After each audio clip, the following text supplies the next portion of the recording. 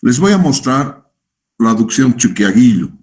Eh, yo no la he hecho, no la he construido, no la he supervisado. Sí, lo que he hecho por encargo de Emagua es corregir algunas cosas de la aducción Chuquiaguillo. Sobre todo algunas pérdidas de carga, manejar. Y ahora les aviso cómo se hace una aducción, utilizando para ello, y espero que podamos hacerlo, porque hasta ahora no me está marcando mi software. Una parte de la aducción, obviamente. Ahí está ya.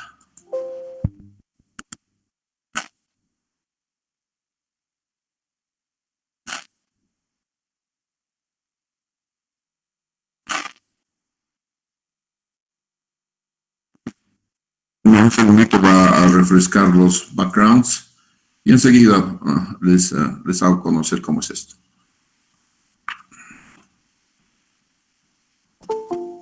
Bien, por favor, todos los que ya no estoy aceptando en Meet, por favor, váyanse al Zoom, ahí está irrestricto, así pueden entrar directamente.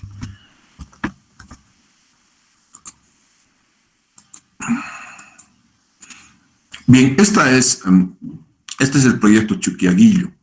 El proyecto Chuquiaguillo comienza con una planta de tratamiento acá arriba. Esto viene de la planta de tratamiento de Chuquiaguillo. Esta es la planta de tratamiento de Chuquiaguillo. Como verán, entonces, ¿se está viendo el modelo, por favor, primero? En Meet no, Inge. En el Meet no.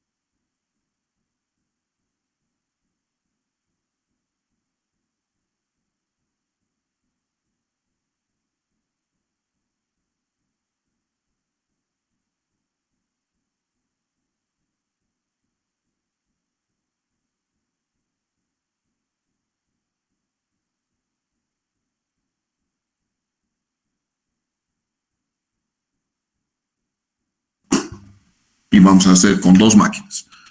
Eso va a ser lo mejor. Entonces, como les decía, esta tubería de acero tiene aquí 102.7 metros de columna de agua. Vamos a hacerla.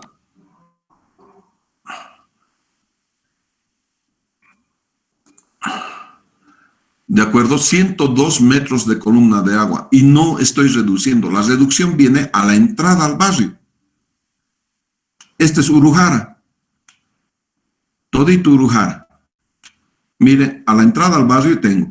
Y continúa la red principal. Esta es la red principal. ¿No es cierto? Esa es la red principal. Toda la red principal va a continuar. Voy a sacar eso. Todo lo que está en negro es la red principal. Y fíjense nuevamente aquí en la red principal.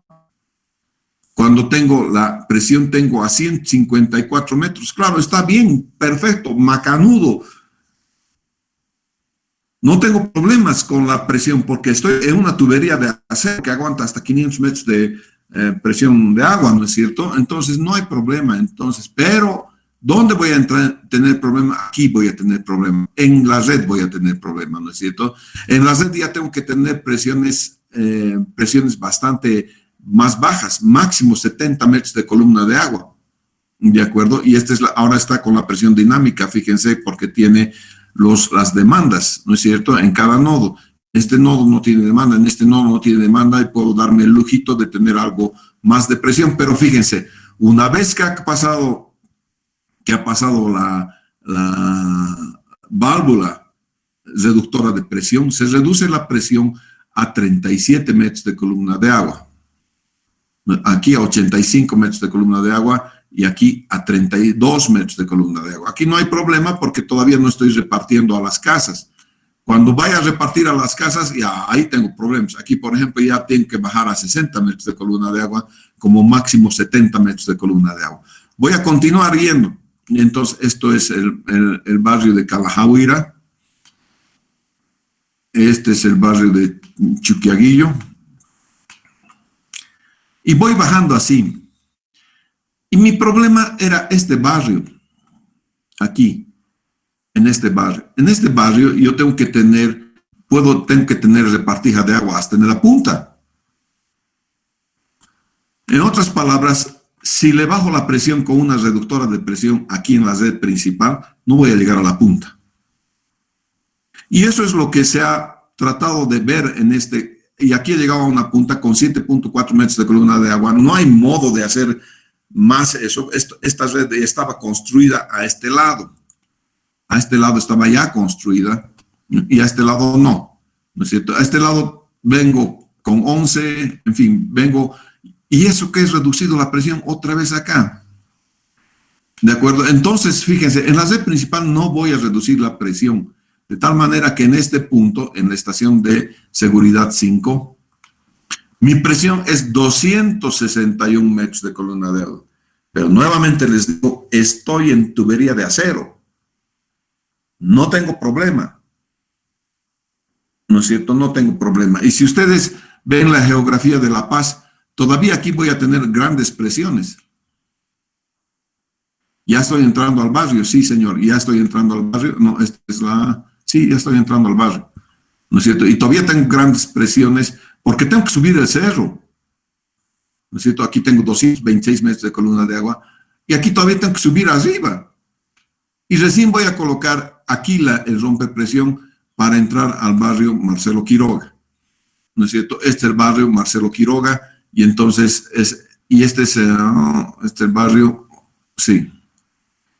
Y este es el barrio que me ha causado problemas. Es decir, para entrar a este barrio, miren, no tengo reductora de presión al principio, sigo nomás con presión. Para entrar al barrio Marcelo Quiroga Santa Cruz ya tengo una reductora de presión, pero sigo como si fuera red subprincipal, digamos, y de aquí le voy a meter hasta arriba, sin reducción, y aquí recién le voy a meter en este ramal de reducción. Entonces vean ustedes cómo se utiliza la aducción. La aducción no necesariamente lleva rompedora de presión. Lo que voy a hacer cuando estoy diseñando la aducción es fijarme qué tipo de presiones tengo y de acuerdo a ese tipo de presiones voy a definir qué tipo de material voy a utilizar. Ustedes han visto un ejemplo de uso de material que se llama con acero, ¿no es cierto? Con acero es el material que han visto. Claro, es con acero porque aguanta mucha presión y llega a esta presión hasta 260, 261 metros de columna de agua aquí. Los de EPSA se han asustado por acá y dicen no va a aguantar la tubería. Yo digo que sí va a aguantar la tubería porque la tubería, toda tubería, tiene un factor de servicio.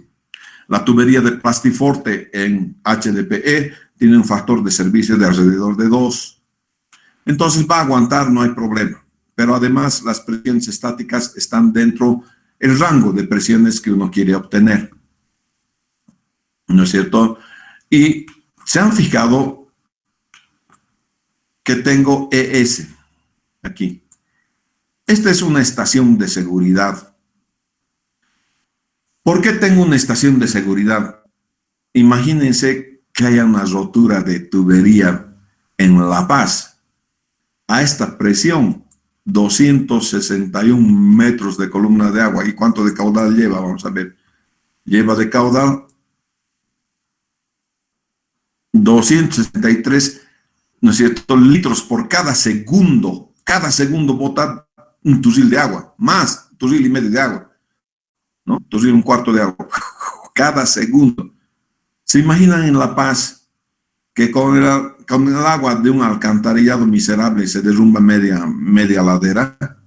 Imagínense aquí, ¿no es cierto? Imagínense aquí, con una tubería que se rompa, que sea de acero, ¿no es cierto?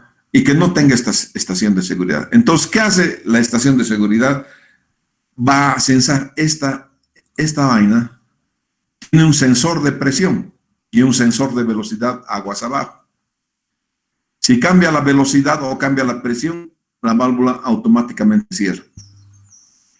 Y no permite la apertura automática, tienes que ir y abrir manualmente. Eso quiere decir que primero tienes que ir a arreglar qué es lo que ha pasado. Aún así, te imaginas el riesgo que se corre, ¿no es cierto? Claro, el sensor de velocidad y presión es muy, entre comillas, sensible, ¿no es cierto? Y detecta algo medio extraño e inmediatamente se cierra. Esperamos que con eso no tengamos problemas. Y si esta es la estación de seguridad 5, obviamente tengo más estaciones de seguridad en otro lado. Vamos a ver cuántas estaciones de seguridad tengo. Creo que tengo 5 o 6 estaciones de seguridad tengo. Ya, entonces, ¿en dónde coloco las estaciones de seguridad? Aquí está una estación de seguridad 4. Voy a colocar las estaciones de seguridad en la propia tubería. En la propia tubería. ¿De acuerdo? En la propia tubería principal. Ahí estoy colocando la estación de seguridad. Entonces, fíjese, la presión, yo estoy activando la presión y estoy diciendo que de esta presión me regule a 217 metros de columna de agua. ¿Por qué estoy regulando a 217 metros de columna de agua? Porque quiero esa presión a la salida, presión dinámica a la salida de la tubería. ¿Y por qué tanta presión? Porque quiero que llegue a la punta del cerro. ¿No es cierto? Por eso. Entonces vas jugando con la presión que tú vas metiendo aquí a la estación de seguridad. Pero para que la estación de seguridad funcione, necesitas al menos 7 metros de columna de agua de delta. Si la presión de entrada y la presión de salida tienen que tener 7 metros de diferencia de presión.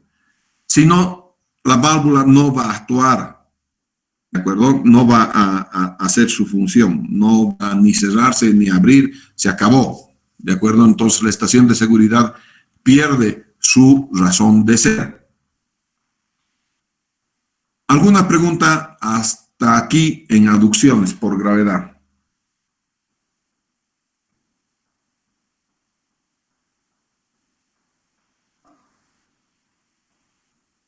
¿Jóvenes?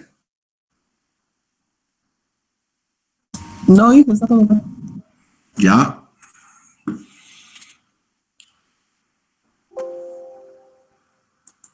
Voy a dar entonces, dejo de compartir. Ok. Muy bien. Eso es en cuanto a las aducciones entonces por gravedad. Quizás valga la pena que les muestre cómo es una estación de seguridad. Voy a ver enseguida si tengo cómo es la estación de seguridad, ¿ya?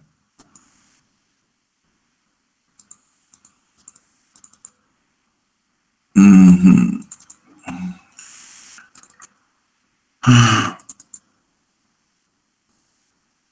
Y que una pregunta, ¿el proyecto para cuándo ya lo publica?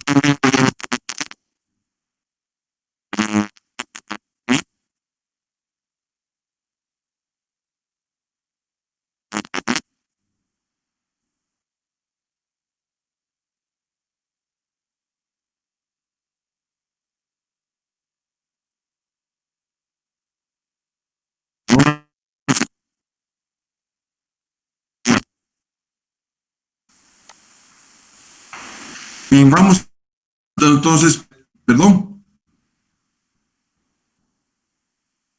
Es que no estoy escuchando. Y ahora está bien, ¿no? Sí, sí. Ya, este es un curso que he preparado. ¿Para dónde después?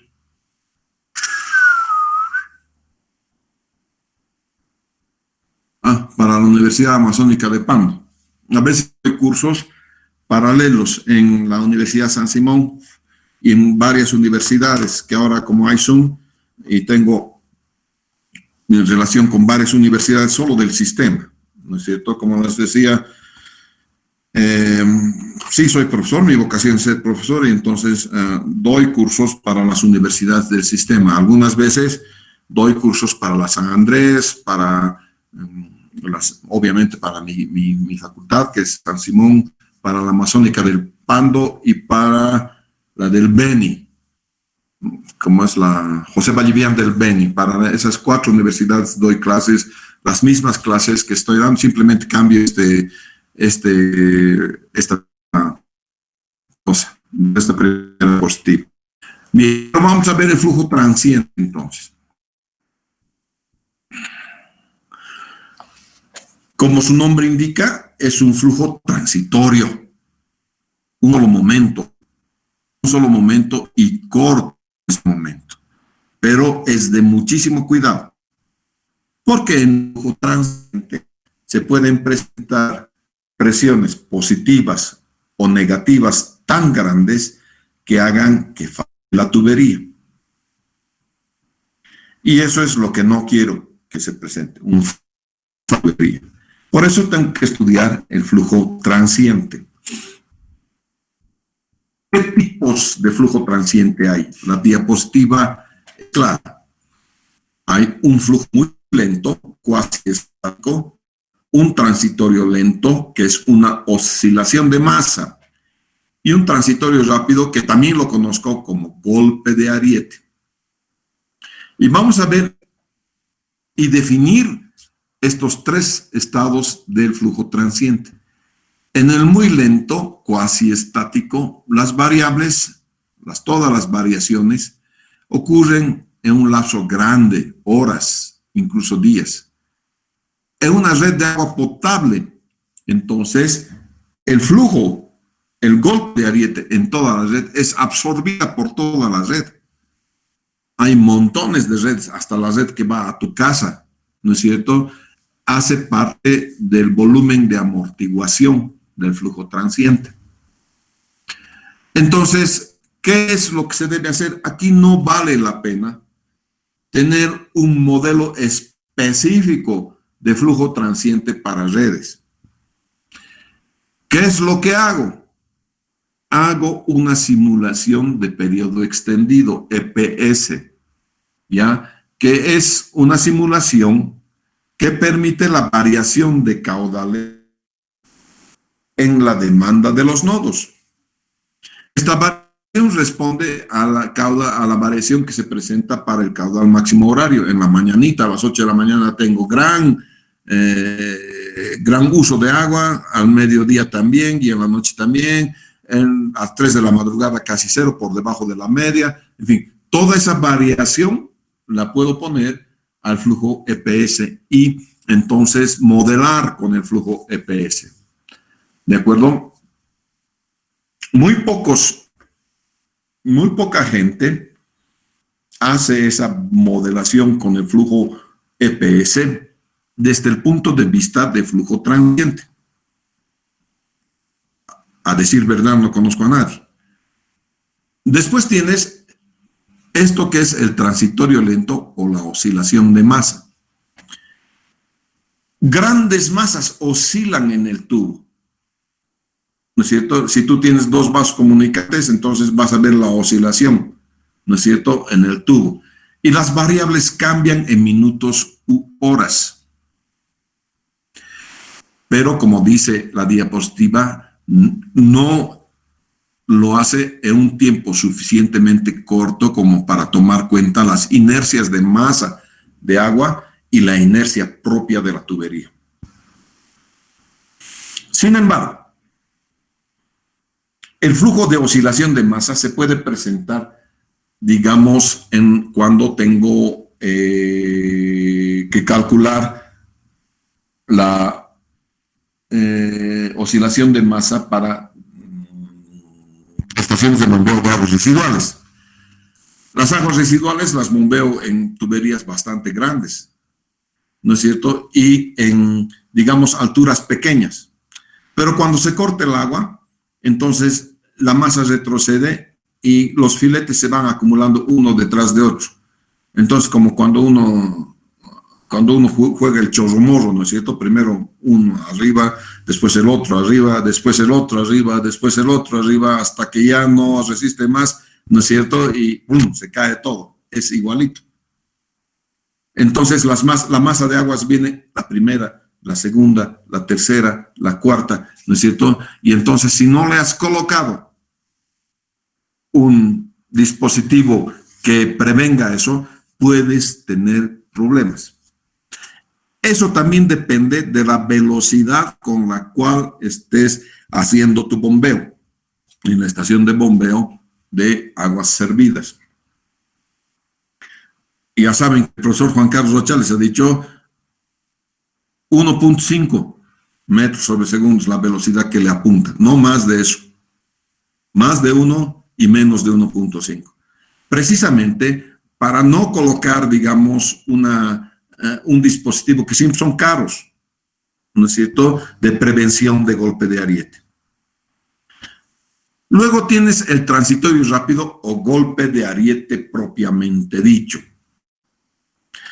Estos cambios se producen en segundos.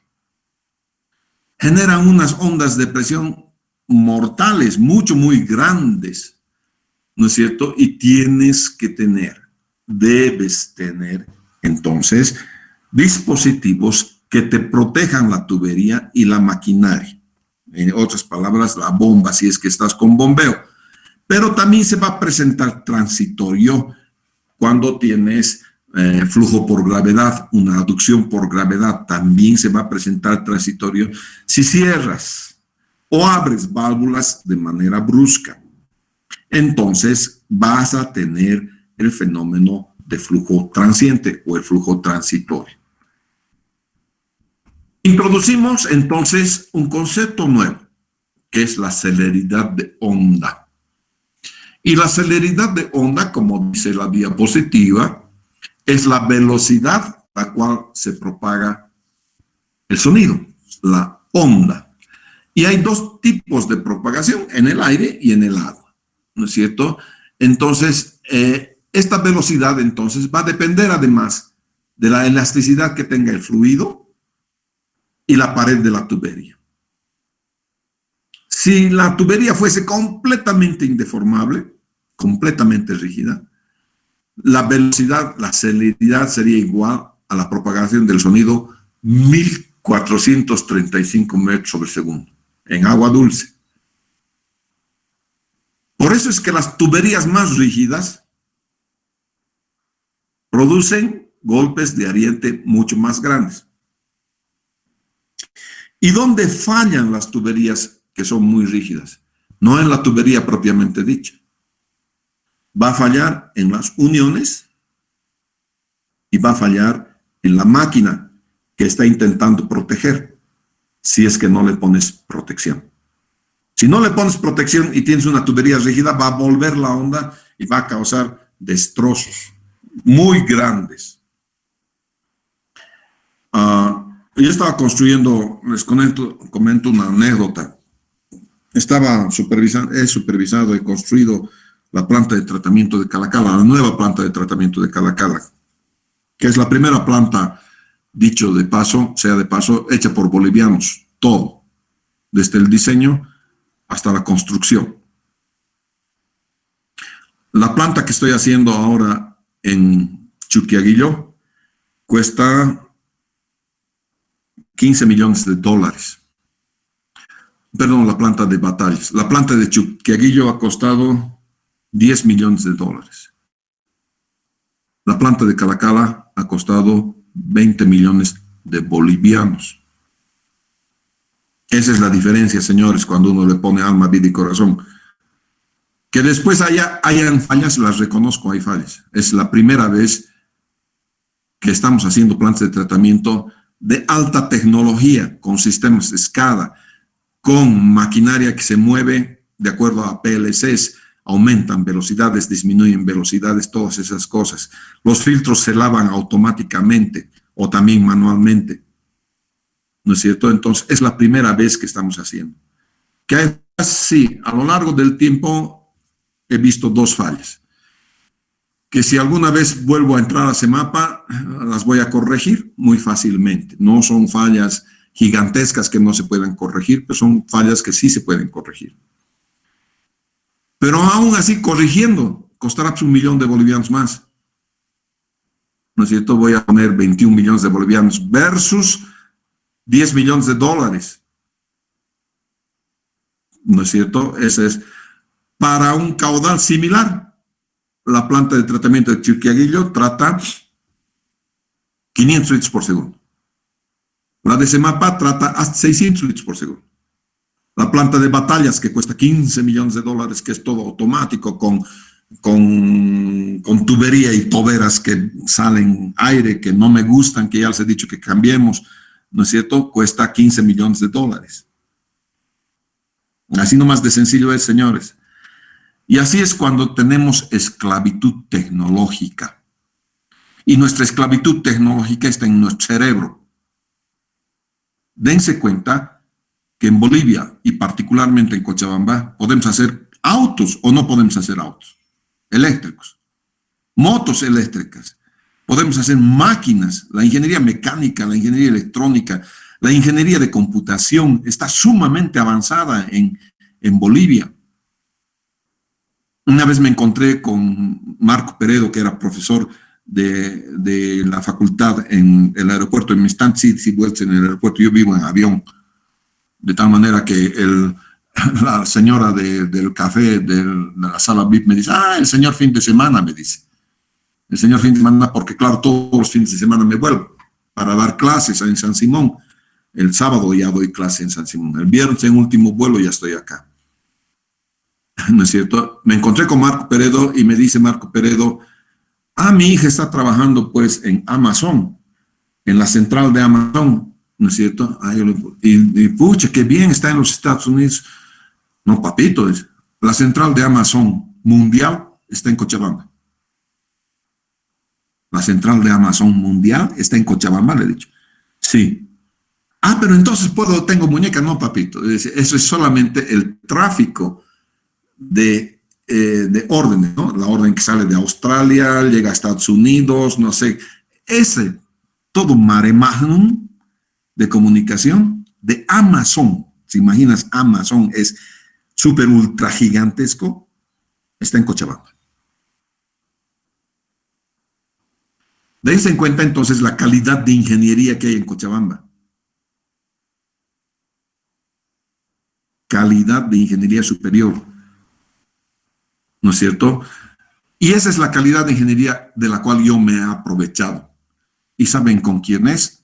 Con profesores de San Simón, porque son los que conozco, que tienen talleres en San Simón. Toribio, el Garoto Garnica tienen talleres de mecánica en San Simón, ¿no es cierto? Toribio es profesor después está el mejor de los profesores también de ingeniería mecánica. Increíble esa ingeniería mecánica en Cochabamba. Y nosotros estamos tratando de que la ingeniería sanitaria en Cochabamba también sea del más alto nivel, de tal manera que nosotros hagamos las plantas de tratamiento.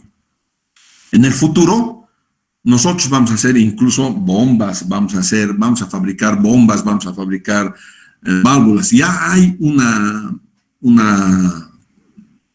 mecánica que me produce válvulas, por lo menos las válvulas Cortina. y voy a ver con los PLCs. Simplemente necesito la confianza de mis gobernantes, ¿no es cierto?, para poder hacer lo que se tenga que hacer. Y eso es lo que, así la India es la potencia mundial que ahora es. En la India, al que se equivocaba en la construcción, te has equivocado, papito, sí, aquí te doy la misma en otro lado, porque una sola vez se lo patea al burro. Ya no va a cometer el mismo error. Lo mismo a mí, ya no voy a cometer el mismo error. Una sola vez se lo patea al burro. Pero cuando vienen chinos, franceses, holandeses, construyen y se van y te dejan una desgracia, por no decir una palabrota, ¿a quién les reclamas?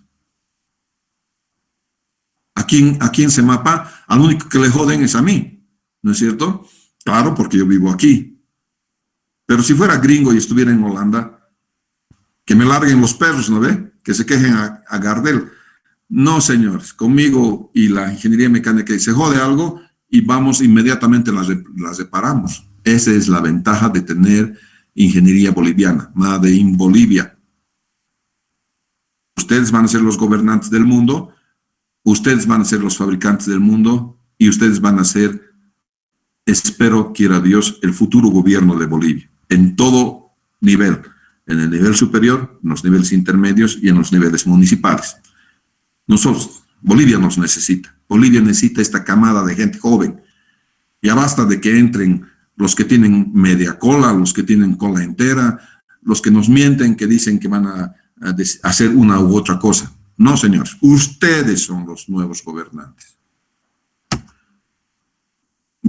Y eso que les digo es simplemente porque, gracias a Dios, no me gusta la política y no soy político, así que les puedo tronar con quien quieras, con el actual, con el anterior, con el previo, con quien quieras puedo tronar. No hay problema. Bien, la celeridad de la onda, entonces la voy a calcular a través de esta fórmula que están viendo acá. En esta fórmula es para tubos de pared delgada. ¿Cuándo el tubo es de pared delgada? Cuando la relación del diámetro al espesor es mayor que 25. Y el diámetro al espesor también lo conozco con el nombre de SDR, Standard Diameter Ratio, SDR. El SDR, entonces, es la relación nada más del diámetro exterior al espesor de la tubería. Mientras más grande es este número, más delgadito es la tubería. Mientras más chiquitito es este número, la tubería es más gruesa. Fíjense que el espesor está en el denominador. Quiere decir qué tan gruesa es la tubería, está en el denominador, y eso quiere decir que su espesor más grueso te da el SDR más chiquitito, pero más grande. Bien, aquí A0 es la velocidad del sonido en el agua, no es en el aire, es en el agua. En el agua es el módulo de elasticidad del agua, elasticidad volumétrica del agua. Y este es el módulo de elasticidad del material, también conocido como módulo de Young, ¿no es cierto? En material se han debido ver eso, ¿no es cierto? En resistencia de material se ve el módulo de Young, ¿no es cierto? Para algo sirve resistencia de materiales, no es que sirve para nada, señores, sirve, ¿no es cierto? Y aquí lo estoy empleando. D, entonces, diámetro exterior del tubo. E es el espesor de la tubería. Delta, o E, esta E, delta, aquí debería poner delta. Es el espesor de la tubería. Esto es diámetro exterior del tubo. Puesto en este contexto. Pero si yo pongo aquí D sub I, ¿no es cierto? Voy a tener el diámetro interior del tubo.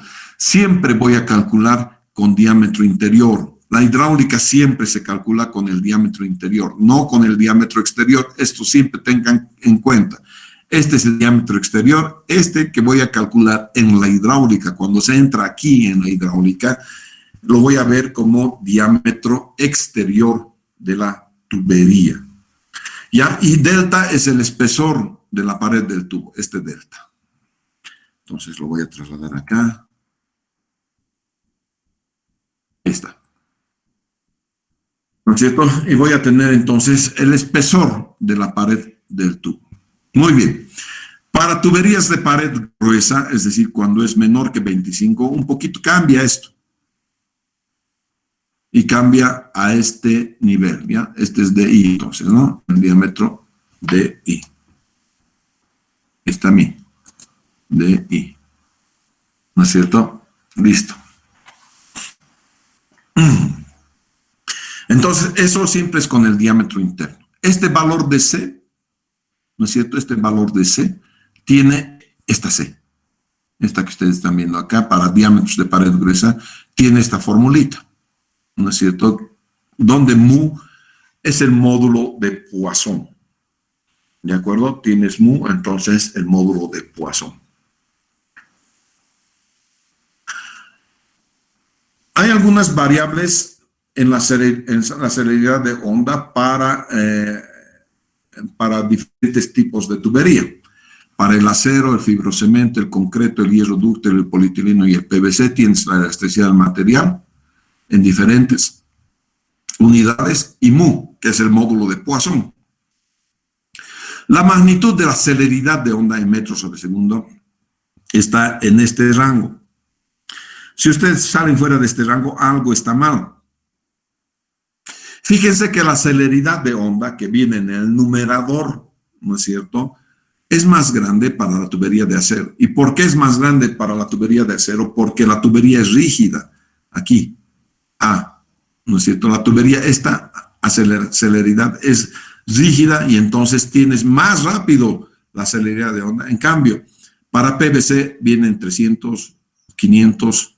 Para la HDPE, que es polietileno de alta densidad, tienes 230, 430. Entonces, en función a la celeridad de la onda, el más conveniente es HDPE.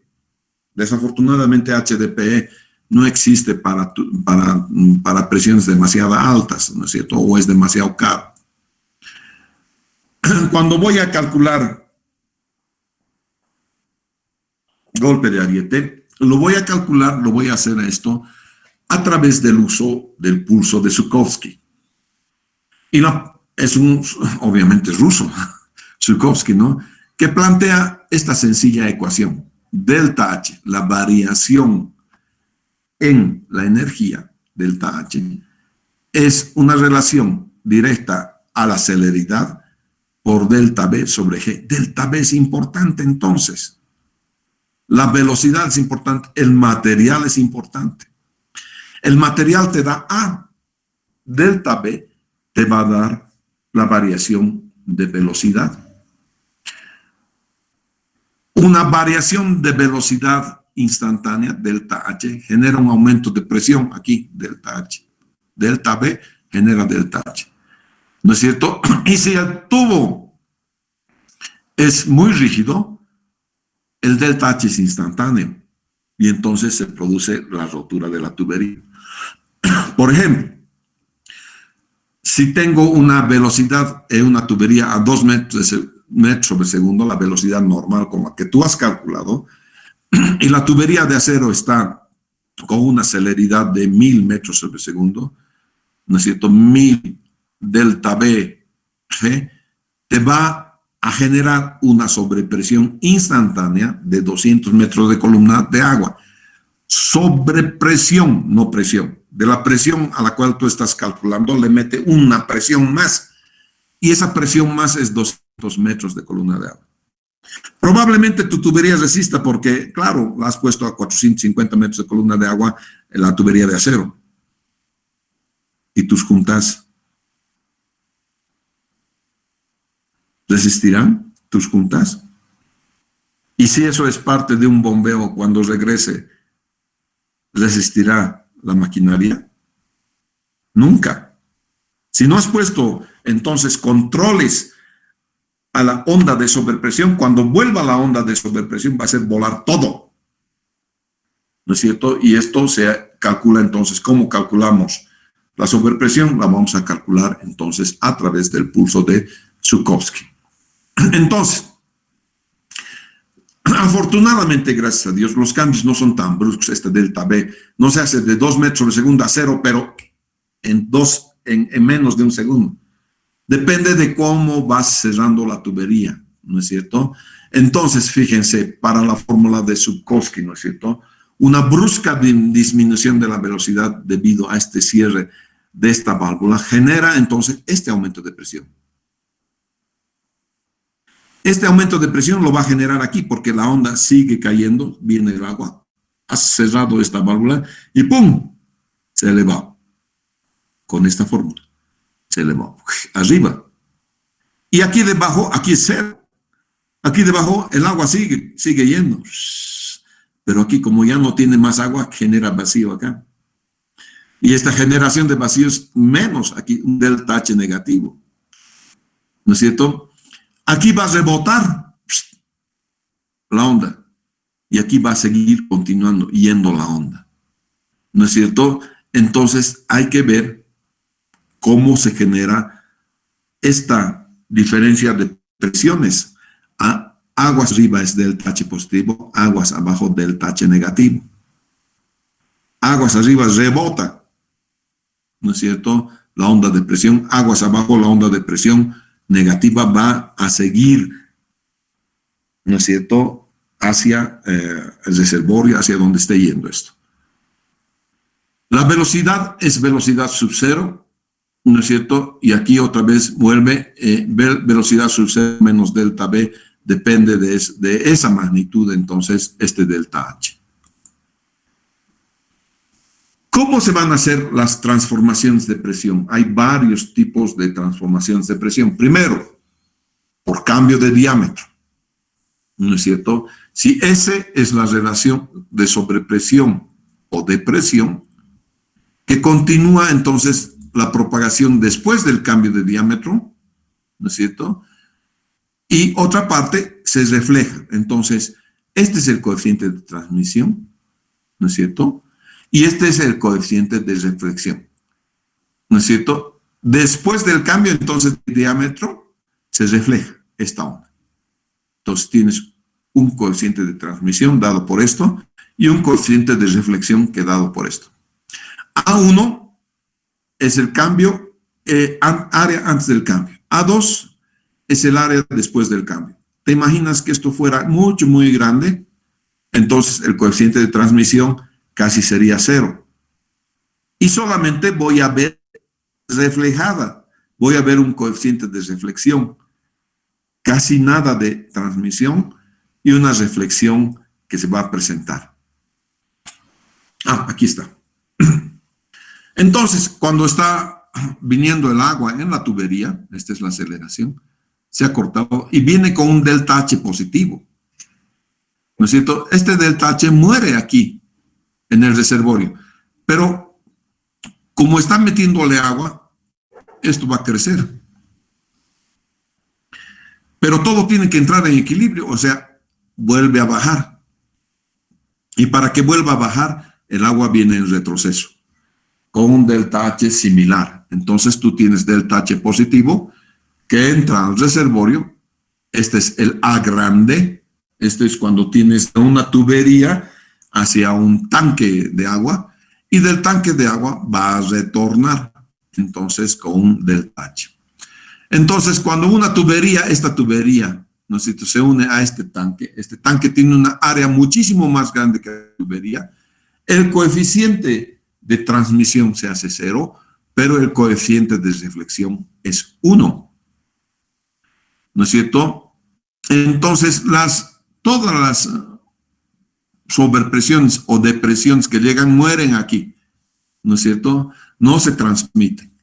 Y en cambio, cuando esto crezca o esto disminuye, al querer encontrar nuevamente el equilibrio en el tanque, ¿no es cierto?, al querer recuperar su nivel en el tanque, va a reflejar la onda, ¿no es cierto? Y refleja la onda con el valor de 1.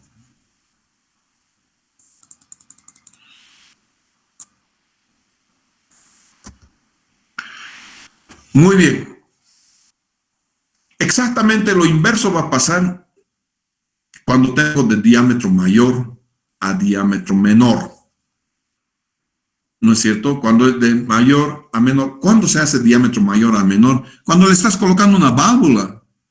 Si estás empezando a cerrar la válvula, el diámetro interno de la tubería va disminuyendo. El caso extremo es cuando has cerrado totalmente a cero. En este caso, ¿no es cierto? A1 y A2, el coeficiente de transmisión se hace 2. Y el coeficiente de deflexión se hace -1. La sobrepresión, entonces, esta sobrepresión, cuando vaya a cerrar bruscamente, cuando haga cero, la sobrepresión se duplica. ¿De acuerdo? Se va a duplicar entonces la sobrepresión. Y aquí hay algo, un concepto que deben ustedes ponérselo bien en claro, que es la separación de la columna líquida en transitorios. El agua, dentro de sí misma, tiene oxígeno. 8% creo en volumen, por volumen unitario. Si no tuviera oxígeno y tú tomas un vaso de agua sin oxígeno, ¿no es cierto? El agua, para entrar en equilibrio, el agua que está entrando sin oxígeno, que entre en equilibrio, va a sacar oxígeno de tu sangre. Te vas a volver azulito, ¿no es cierto? Te vas a hacer un choque anafiláctico, ¿no es cierto? Porque no tienes oxígeno, te vas volviendo azulito. Por eso es que los campeones toman agua súper oxigenada. Además de reponer los electrolitos que has perdido, el agua tiene que tener una cierta cantidad de oxígeno para que te refresque en el tema de oxígeno en la sangre. Y es por eso que cuando medio que te estás durmiendo en clase, cuando tienes clase a las 2 de la tarde, ¿no es cierto? Y medio que te estás durmiendo, no vale la pena que te tomes un café, vale la pena que te tomes agua, ¿no es cierto? Con mucho oxígeno, agua que tenga mucho oxígeno. Eso le va a dar otra vez oxígeno a tu sangre, ¿no es cierto? Y tu cuerpo va a responder. Vamos a ver si puedo encontrar, si podemos ver algo acá.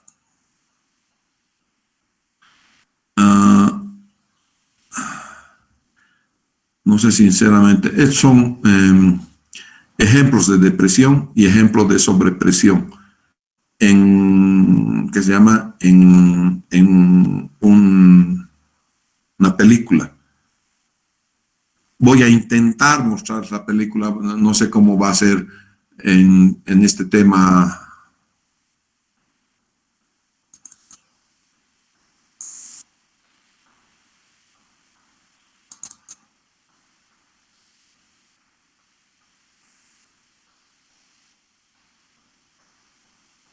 Enseguida les voy a transmitir, por favor. Ya.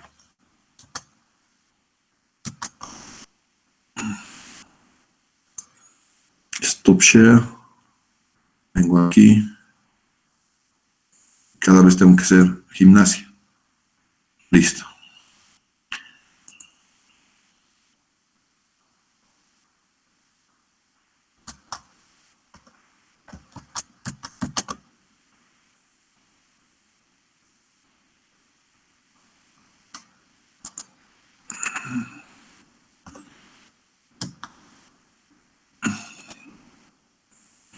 Un segundito, por favor, que me tengo que pelear todavía con este tema de compartir y no compartir, ¿ya?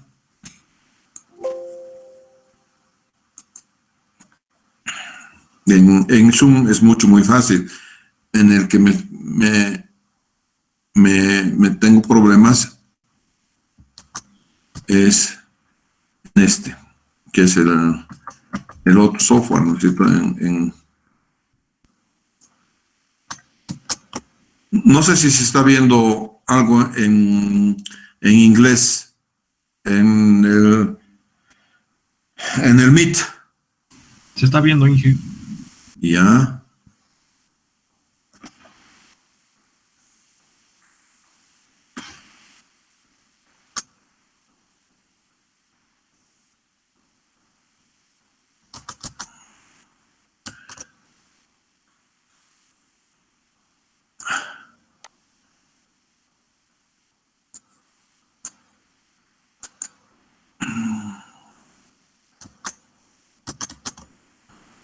En el Zoom. ¿Se ve? No, no se ve, Inge.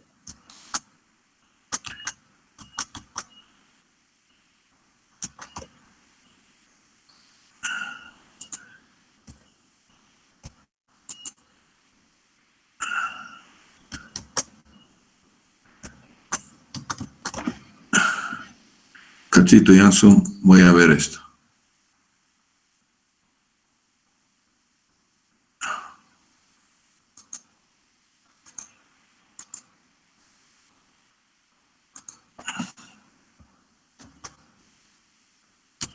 Ahora, Zoom, Ahora sí, ahora sí. Ahora sí, Inge. ya vamos entonces. Esta Wabash es una de las compañías más grandes que transporta petróleo. En estos carros cisternas que nosotros vemos todos los días aquí en Cochabamba, ¿no es cierto? Todos los días vemos carros cisternas que transportan gas también, ¿no es cierto? Y vamos a hacer entonces la demostración de un evento de colapso por vacío. La presión absoluta negativa es 14.7 PSI o ¿no es cierto? Vamos a ver algunas causas que producen este vacío. Uno es que cierres rápidamente, una válvula que no funciona y un manejo impropio de la válvula. También se produce por temperaturas, variaciones de temperaturas, ¿no es cierto?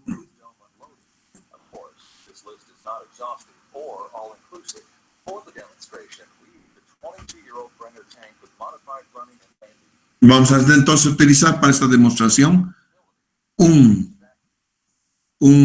camión, ¿ya?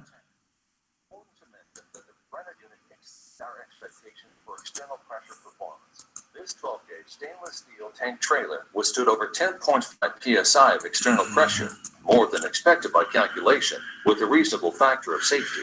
This performance is a testament to the craftsmanship of our manufacturing associates. With this demonstration, we hope to provide you with a window. Ahí está el tanque con el cual, un tanque similar al que nosotros utilizamos. Fíjense en el presóstato en la izquierda. El tiempo está abajo. Ahora ha empezado la bomba de vacío. Miren cómo va el presóstato arriba. Ahora vean atentamente el interior del tanque.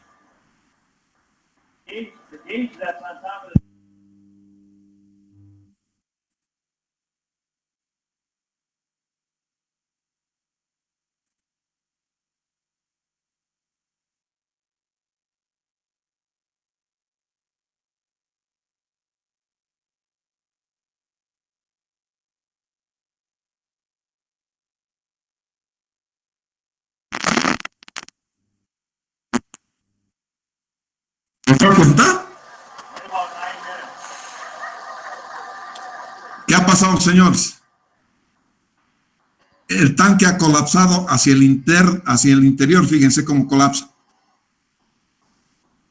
Ese fenómeno se llama aplastamiento de la tubería.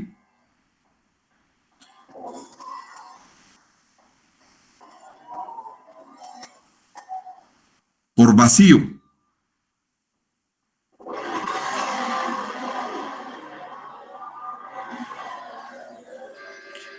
Y esa es la presión negativa en el tanque. Mira, ahí está, pum, listo, se acabó. Y al interior. Miren cómo se hace la tubería. Se hace pelota.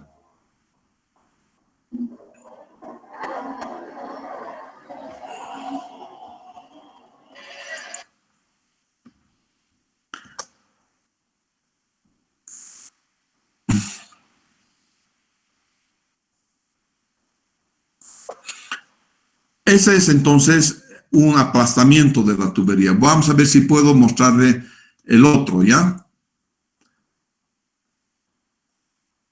Un segundito, por favor.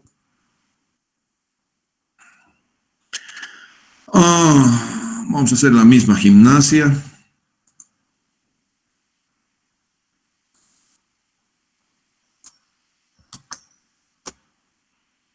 ¿Compartiendo en Meet? No todavía. No todavía, Inge.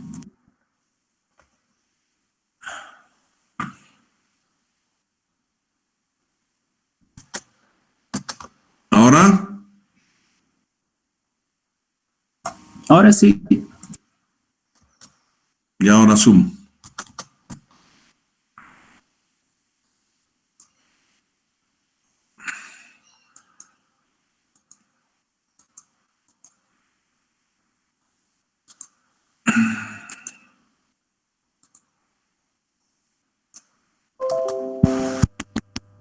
¿Compartiendo en Zoom? Inge, Ya. Bien. Miren cómo es el otro que voy a ver desde el principio. Inge, en Zoom estamos viendo la pantalla del Meet. Ah, perfecto. Miren. Es decir, realmente, ahí está, el inicio. Fíjense, es una calle en Ucrania.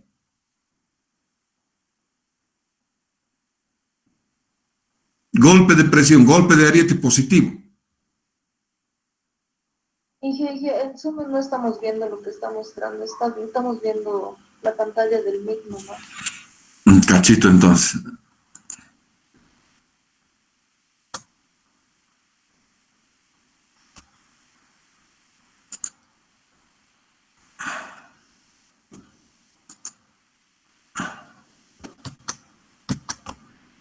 Ahora,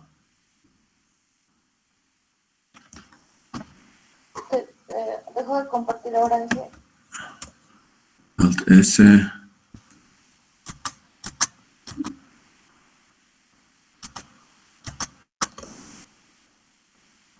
¿Nada? Nada, Inge. Ay, desgracia humana.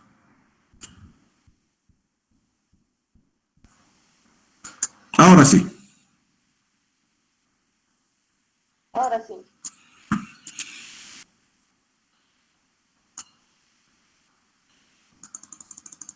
Ya, aquí vamos a iniciar entonces. Ahí va.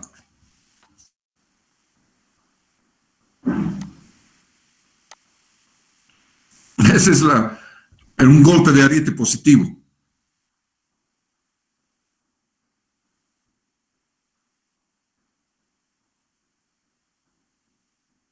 Suena como una explosión de dinamita, señores. Es increíble. Listo.